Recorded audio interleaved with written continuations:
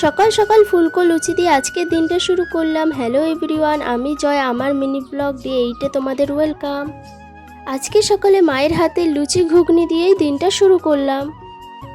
তারপর চলে গেছিলাম আমাদের বাড়িতে।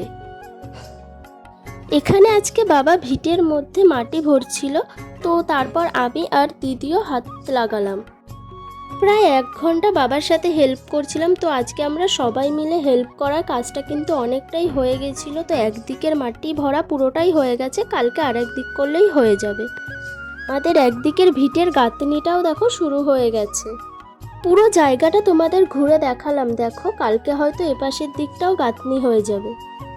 অনেকক্ষণ কাজ করার পর বাড়িতে এসে দেখি মা দুপুরের রান্নাটাও শুরু করে দিয়েছে। তো আমার তো সারা গায়ে পুরো মাটি লেগেছিল, তারপর আমি দেরি না করেই ফ্রেশ হতে চলে গিয়েছিলাম। তারপর দুপুরে লাঞ্চটা করে কিন্তু আমি ঘুমিয়ে নিয়েছিলাম।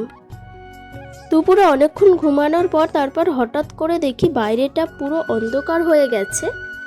এখন প্রায় রোজই বিকেলের দিকে কিন্তু আকাশ কালো করে আসে আর তারপরে কিন্তু বৃষ্টি হচ্ছে। তারপর আমি কিন্তু ছাদে চলে গেছিলাম।